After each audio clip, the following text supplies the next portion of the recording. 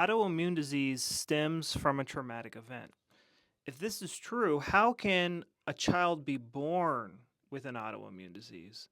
So, children can come down with autoimmune disease very easily because they are completely helpless. Uh, just being birthed can be a traumatic event, especially depending on what the hospital's doing. Being separated from the mother, being having the private parts taken care of, like literally right out. What could be more traumatic than that?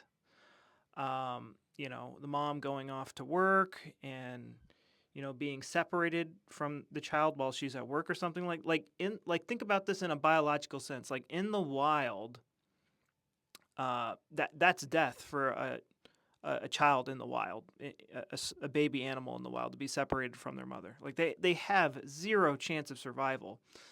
And this primitive programming is all part, it's all like this just deep programming in our brain. And this is all, you can explore this more in the work of German New Medicine by Dr. Hammer. But even in the womb, things could happen to the baby. There's even some argument that if the mother's super stressed out, that there's ways that the child could perceive it.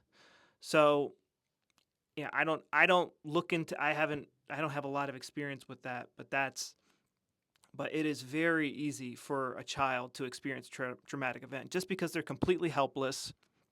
Think about a kid that hates school and is forced to go to school.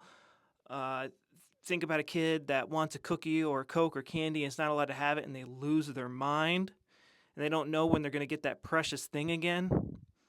So, I'm not saying every single traumatic event or every single negative emotion is going to put an organ into overdrive, but there's a chance, and depending on how that kid's psyche is wired.